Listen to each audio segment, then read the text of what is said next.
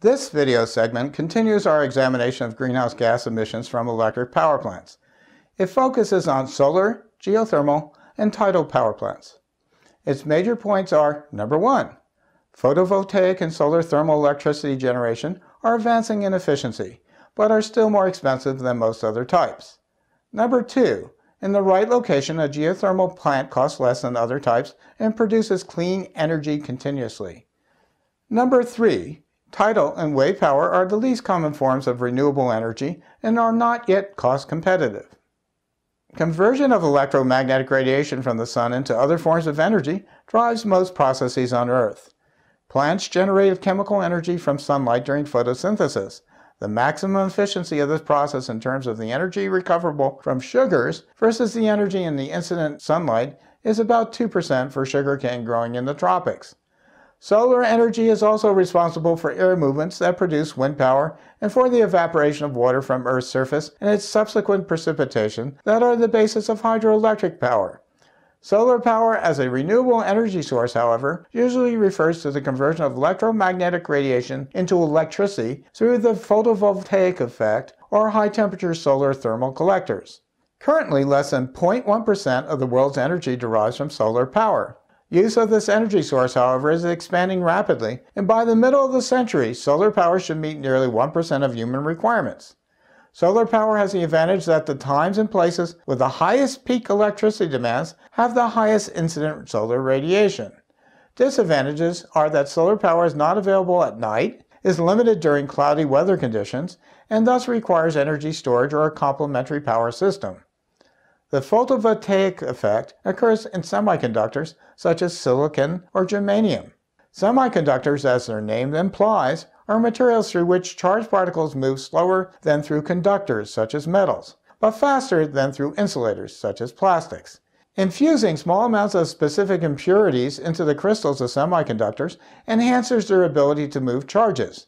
Certain types of impurities such as phosphorus, arsenic, and antimony facilitate the movement of electrons and other negative charges, an N-type semiconductor, whereas others such as boron or aluminum facilitate the movement of positive charges, a P-type semiconductor.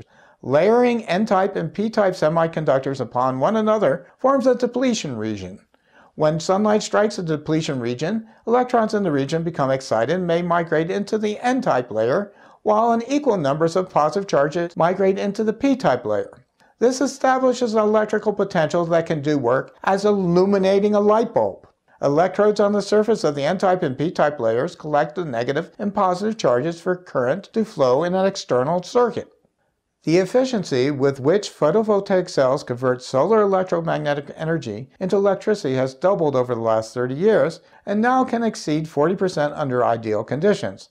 Lifespans of photovoltaic cells have lengthened to over 20 years. Moreover, photovoltaic cell manufacturing has become more efficient, and so after about 2 years in a sunny environment, a cell generates enough electricity to recoup the energy expended in its manufacture.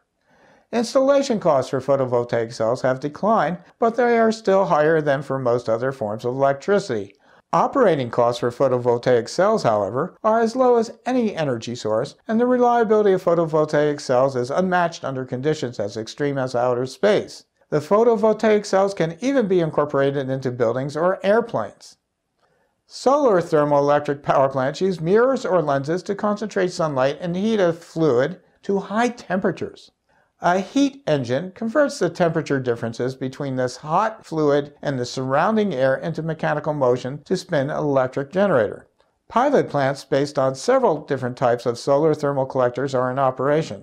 Parabolic trow and linear Fresnel reflector solar power plants have mirrors that focus sunlight on a receiver cylinder that runs above each trow or above each array of mirrors. A parabolic trowel system uses one curved mirror, whereas a linear Fresnel reflector uses multiple flat mirrors to achieve similar results. The mirrors are usually aligned on a north-south axis and rotate east to west to keep sunlight focused on the receiver cylinder as the sun progresses along its daily arc. The receiver cylinder has an outer glass tube that keeps the vacuum around its inner black-coated metal tube. The inner tube absorbs sunlight and transfers the thermal energy to an exchange fluid. The vacuum minimizes conductive and convective losses. The exchange fluid then flows to a heat exchanger and produces superheated steam that spins a turbine connected to a generator.